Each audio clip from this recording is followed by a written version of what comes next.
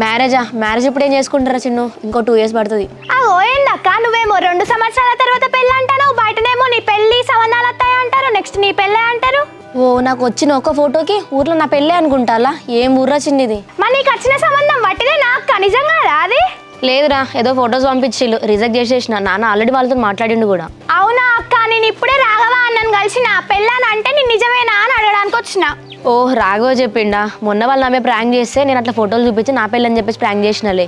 అవునా అక్క, వాళ్ళని పెళ్ళి అనుకొని దావత్కి ప్లాన్ చేసుకుంటారు. అవునారా చిన్ను, రాఘవ వాళ్ళని కలిసి ఇదంతా ప్రాంక్ అని చెప్పాలి. సరే అక్క, కొత్త స్కూటీ ఉన్నట్టున్నావు కదా, ఒకసారి కియర్ అది రౌండ్ వేసుకొని వస్తా.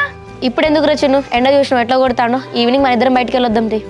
సరే అక్క, మరి నాకు హోంవర్క్స్ ఉన్నాయి, నేను ఈవినింగ్ వస్తా. ఓకేరా చిన్ను.